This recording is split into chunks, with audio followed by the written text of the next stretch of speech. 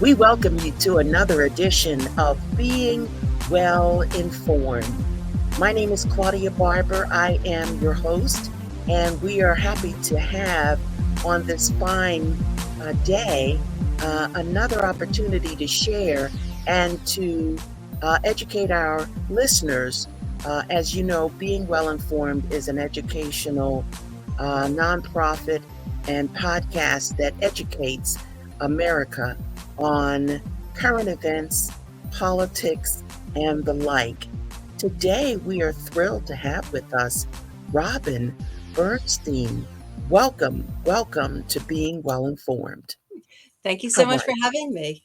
Yes, you are a professor at Harvard University. Is that correct? Yes, that's right. Good. Well, we understand that you have authored an important book, and it's Freeman's Challenge. You also authored another book, Racial Innocence, but the newer one is Freeman's Challenge. Could you explain how the Auburn State Prison laid the groundwork for the prison for profit system and why origins are often overlooked, which was what Freeman's Challenge is about? Yeah, thank you so much for having me. Thank you so much for that question. It's a real pleasure and an honor to be here. So, a lot of people think that prison for profit originated in the South.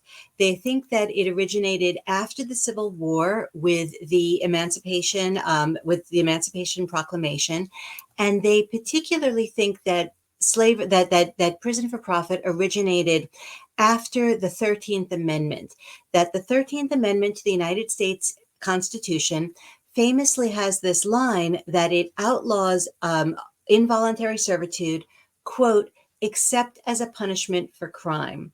So, in the minds of a lot of people, that opened the door for what was called slavery by another name, an opportunity to re enslave African Americans after the Civil War. And that's a really common idea. And honestly, that's what I used to believe. That's what a lot of people believe.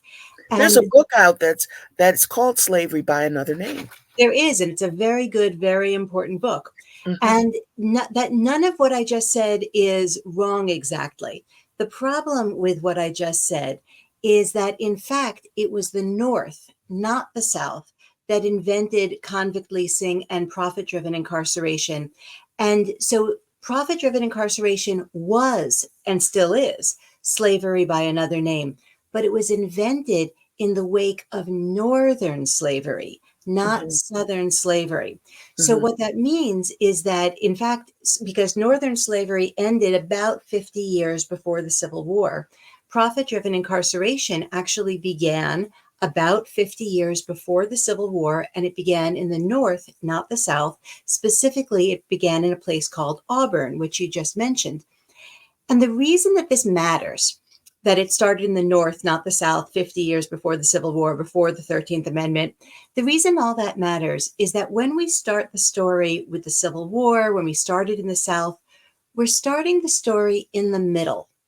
And when we start the story in the middle, what we do is we inadvertently let the North off the hook. What I wanted to do in my book, Freeman's Challenge, The Murder That Shook America's Original Prison for Profit, was put the North back on the hook. So you asked me about Auburn, New York. Auburn was the town in New York State. It still exists, and it's in the center of New York State in the Finger Lakes area. And what happened in Auburn in the very early 1800s was a group of white businessmen got the idea to build a prison that was completely new, that had a totally different philosophy from every other prison in the world. And before this, prisons basically existed for some combination of goals, which included punishing people or controlling people, basically getting them off the street, or reforming people, helping them to live better lives.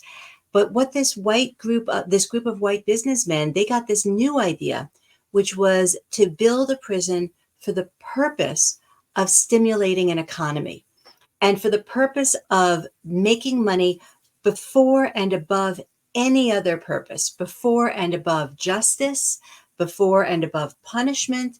It was all about making money. And that is what my book is about.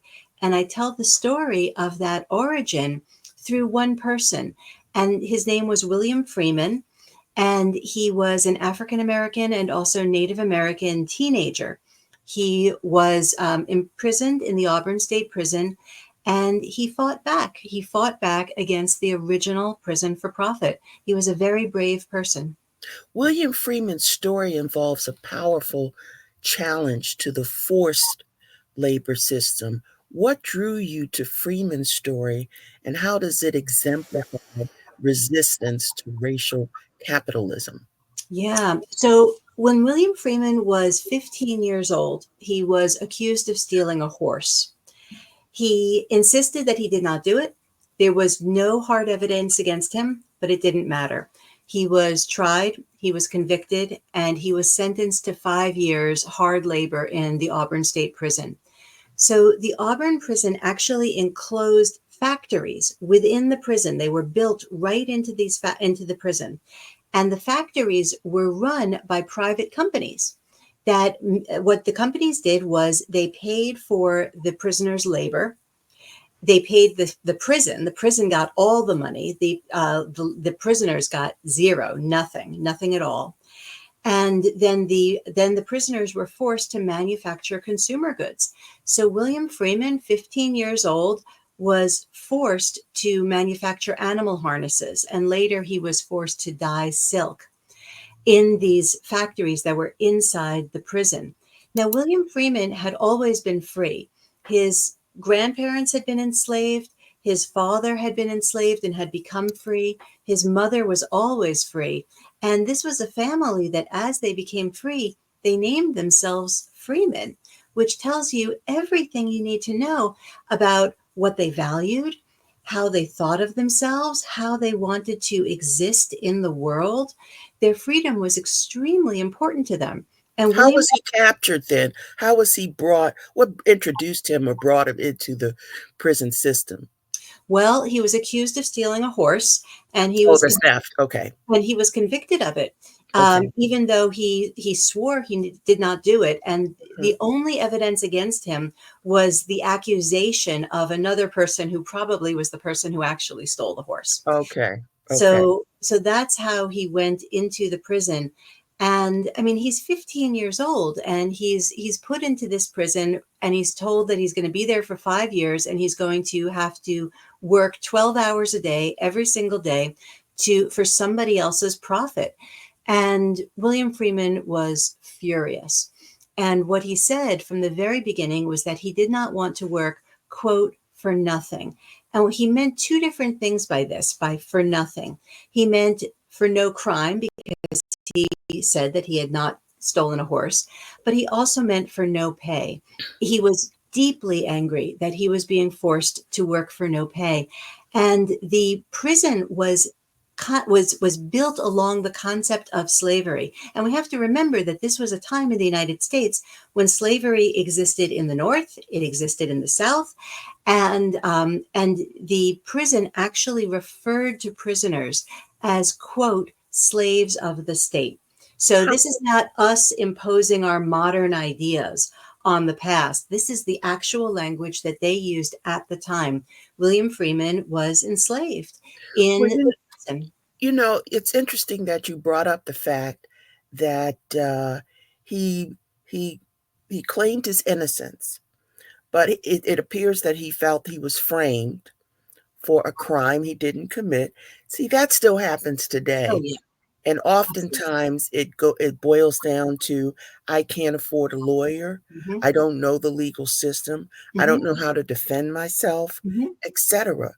So it reminds me of our book that we just released, How to Survive Protracted Civil Litigation When the Judicial System Stopped Being Fair and Hmm. Impartial.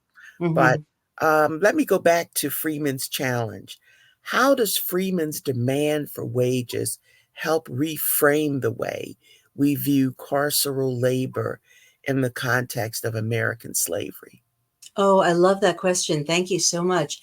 Um, Freeman resisted from the very beginning.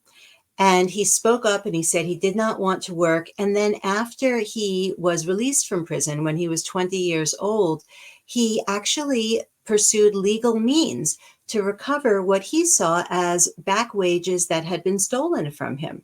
From his perspective, he was owed money, and he went to magistrates and he tried to raise a suit, and he was laughed at and he was dismissed. And after 6 months of trying to recover back wages, William Freeman resorted to violence. And I'm not giving away anything in the book. It's in the title of the book, Freeman's Challenge, The Murder That Shook America's Original Prison for Profit. William Freeman did commit a murder. And this was an act of resistance against the prison. And there was a very big, very spectacular trial involving celebrities and involving very, very well-known people. And the trial got very famous in the 19th century. And what I think is really relevant for today, among many things, is that Freeman's demand for payment was dismissed as, quote, a delusion. He was painted as a lunatic because and specifically because he expected payment for his labor. And he was called delusional. He was called insane. And his lawyer actually, apparently without his consent, argued that he was not guilty by reason of insanity.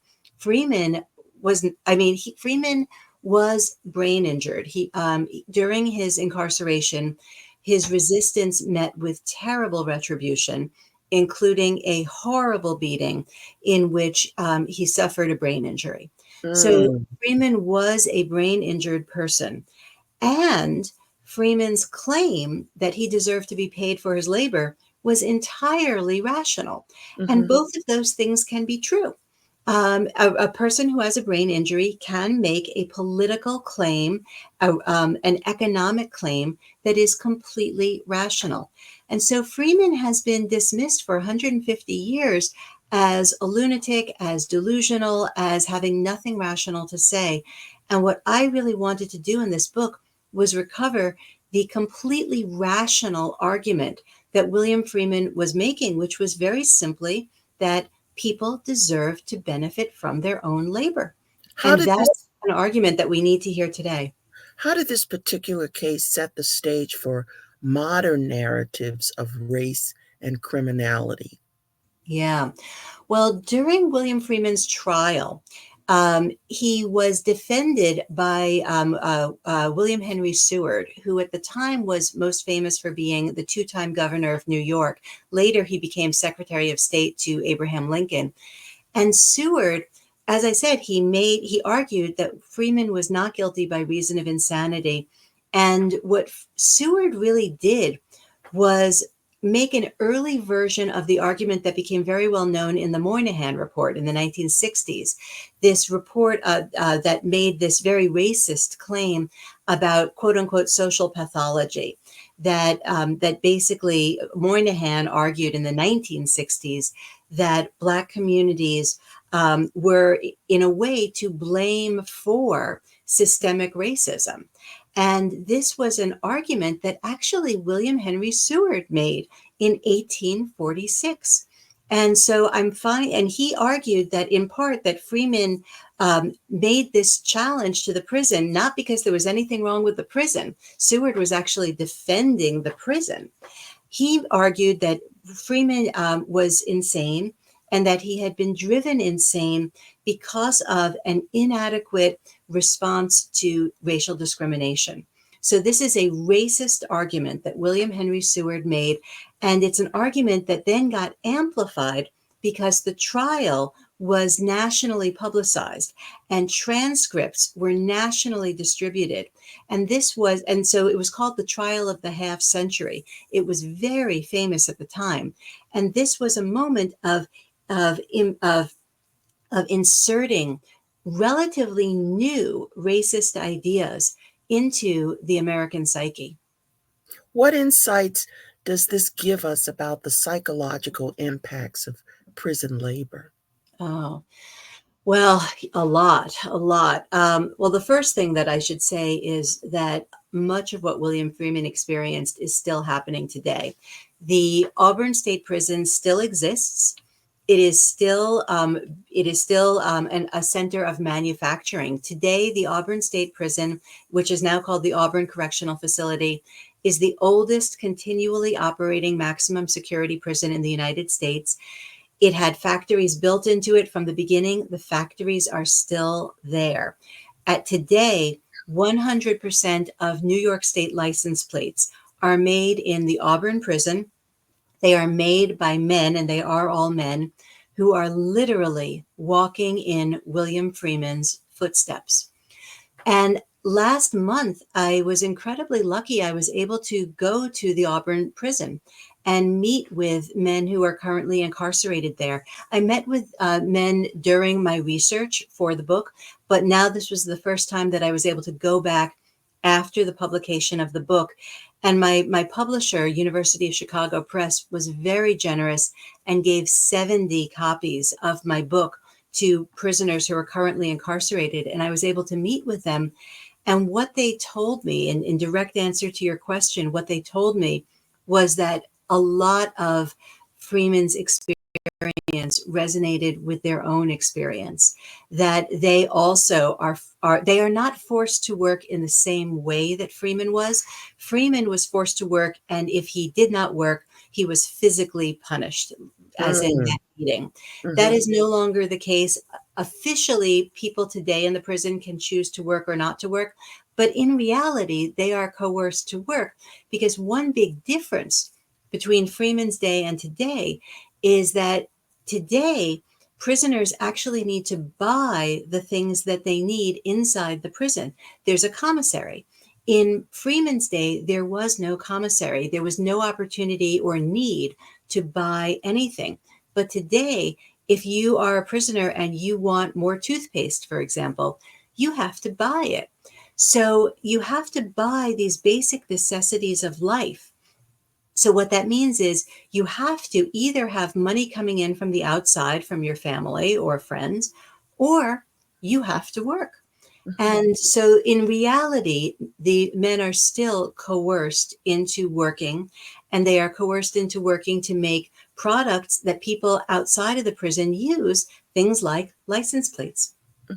How do you approach telling this complex narrative in a way that balances his personal actions with the larger injustices of the system he was fighting against? Yeah. The book really is working on two different levels. It's telling two different stories. It's telling the story of the true origins of prison for profit, and also the true origins of some of the racist ideas that are so deeply embedded in US culture today. But it's also telling the story of one person, a teenager, a kid. And so what I wanted always to do was to do justice to William Freeman. And part of the core for me of doing justice to him was really hearing what he said. He has been dismissed for 150 years, more than that. And I wanted to really hear what this person had to say. And what he was saying was that profit-driven incarceration is wrong, that it is the theft of labor. And so I always was going back to what he was saying, what he was claiming, why he was claiming it, and at the same time, paying attention to the importance of what he was saying, which is looking at the big picture, because that's what he was talking about. You've given him a voice. Well, he gave himself a voice, but that voice was suppressed for a long time. And what I'm trying to do is hear him and do justice by him. What lessons can today's prison abolitionists and reformers learn from William Freeman's resistance and the early history of profit-driven prisons? Yeah. Well, I think one thing that prison abolitionists can learn from Freeman's challenge is, first of all, how old this system is and how many of the pro-prison arguments that we hear today actually are very old. So the idea that prison is inevitable, that prison is necessary, that there's no way to have a society without a prison. One of the things that I show in my book is that people believed that in the early 1800s, and they believed that even before the prison was fully built. So Auburn was assuming that prisons were necessary and inevitable when they hadn't even had a prison for more than 5 minutes. And I think that really shows how false that claim was then. And we can rehear the falseness of it now. That's one thing that I hope prison abolitionists will take away from this book. Another thing is how valid it is to use the word slavery to talk about prison labor. Mhm. There's an argument going on right now in the New York State legislature about there's a bill that's been introduced called the No Slavery in New York Act. And I've been working to help pass this bill. And this bill, if it passes, will forbid any forced labor in any prison or jail in New York State. It will not take away opportunities to do work because many people, of course, want to work. And that's true of non-incarcerated people, and it's true of incarcerated people. But what it will do is it will make it illegal to force anybody to work in a prison.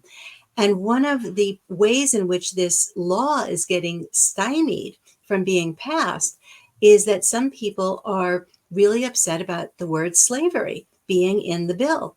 And my argument is this is not us in the contemporary day using an inflammatory word for sensationalist purposes. This is actually what the framers of prison for profit, this is the language that they used. And we are continuing a system that was understood from the very beginning to be a system of slavery. It absolutely is slavery by another name. I'm glad that all of this information is being made available to my audience.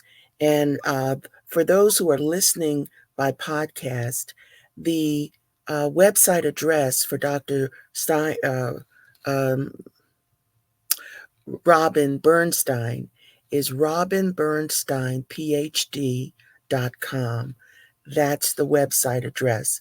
So, what do you hope readers will take away from Freeman's challenge in terms of understanding the links between incarceration, racial oppression, and capitalism, both in the past and today?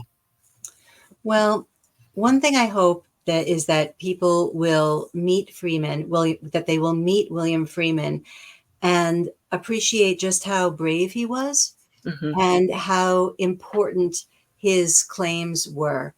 And I hope that we can take some bravery from him, that we can really see how brave this kid was in a prison and how he stood up for himself. So I hope that one thing we can take away from it is some bravery Hmm. into the current moment. And then the other thing that I hope people will take away from it is a sense of, how can I put this? A sense of realism about just how openly capitalist this system was from the very beginning. Much later on, in later decades, some people who ran the Auburn prison decided to make an argument that actually it was doing reform work, that it was helping people become better people. But that was nonsense. It was a lie. It was a total lie. And it was a lie that was retroactively imposed on a system that was just brazenly out for profit. So, one thing I hope people will hear now is that when people say, oh, prison can help people reform, prison can be a force for good in this country, I hope people say, I'm not sure about that. That is not why profit-driven incarceration was invented. Our entire prison system at this point is built on the Auburn model. The Auburn model traveled. That's one thing that I talk about in the book, how it didn't just stay in Auburn. It went Mhm. across the Northeast. It went to the South. It went to the West. Some of the best known and most notorious prisons were consciously built on the Auburn model. Places like Sing Sing, San Quentin, Parchman, Angola. These were all direct descendants of the Auburn prison. And that prison at its core was never about justice. Mhm. It was never about reformation. It was always about money. And I hope Mm. people can see that was true in the past and it is true in the present. I thank you so much for being our wonderful guest today. It was so informative, and I must have you back again. Thank you, Dr. Bernstein. Thank you so much. This was a pleasure. I really appreciate being here.